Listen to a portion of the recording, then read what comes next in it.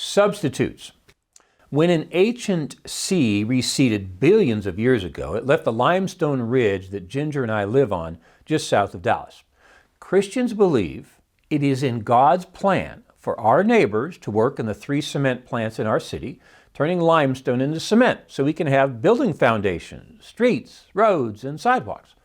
In the same way, Christians believe that the decay of plants and fossils from millions of years ago, pressed together under the Earth's gravity, produce gas and oil that we're supposed to dig out and burn to heat our homes, light our buildings, and provide transportation for the food we eat and transportation for humans as well. Now, God also provides sunlight and wind, and He gave brilliant people the knowledge to capture them as substitutes for fossil fuels. Look, we believe both are a part of God's creation, and both should be used by humans to improve and extend our lives. Environmentalists don't always agree with the Christian worldview. They believe that the created earth, that is if they believe it's created at all, is more important than the created humans on it. That is not consistent with Scripture. I unpack some of this in podcast number 39, titled "The Environment is a Gift from God."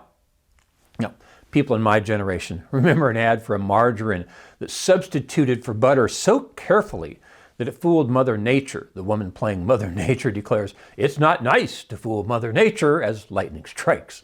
See, Christians have the same view about demand destruction of the fossil fuel industry.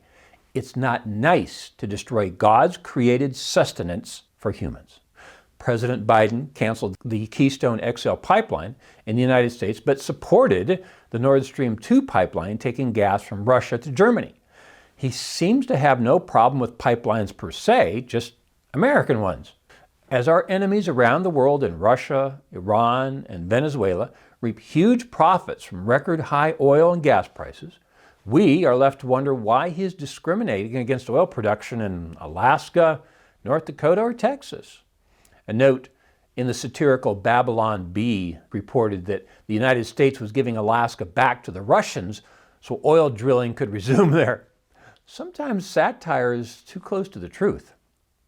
President Biden seems to be less concerned about his own constituency in the United States than other countries who want to harm us, like Russia, Iran, and Venezuela. Russia is using oil profits to build bombs and tanks that this week are stealing freedom from the Ukrainians.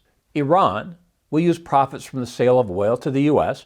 to build a nuclear bomb that they are threatening to use to wipe out Israel, the only truly democratic nation in the Middle East.